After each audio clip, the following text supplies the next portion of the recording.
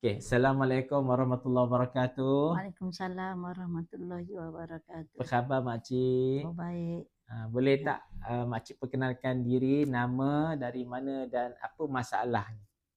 Nama saya Siti Jamaliah binti Marzuki, tinggal Batu 11, Sungai Cireh. Masalah saya sakit lutut dengan bahu. Baik, rawatan yang kita berikan tadi di sini Ha, rawatan ruqyah dan juga dan juga terapi. terapi. Lebih kurang dalam hampir 1 jam juga rasanya. Sekarang ni macam mana yang makcik rasakan selepas rawatan yang diberikan? Alhamdulillah rasa lega lah sikit. Bolehlah bersila. Sebelum ni tak boleh bersila. Sebelum tak boleh bersila sakit. Boleh bersila sekarang. Hmm. Dah boleh bersila, dulu tak boleh. Badan rasa Ringan. ringan. Kalau berjalan sakit lagi? Minta janganlah sakit lagi dah.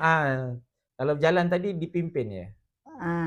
Kalau nak jatuhlah tak kuat lah. Tak kuat. Tak kuat. Tangan tu, tangan mana yang sakit tadi? Tangan sini yang sakit. Sebelah kiri. Kalau sebelum tadi tangan tu macam mana? Sebelum tadi memang sakit lah. Dia pandai datang-datang sakitnya. Tadi boleh angkat tak?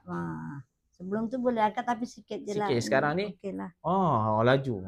Ringan Ringan je ya. Kalau harap macam makcik, sakit macam makcik, harapannya tolong mintalah tolong terapi. Sini mudah-mudahan dengan kuasa izin Allah sembuh. Minta sembuh. InsyaAllah sembuh.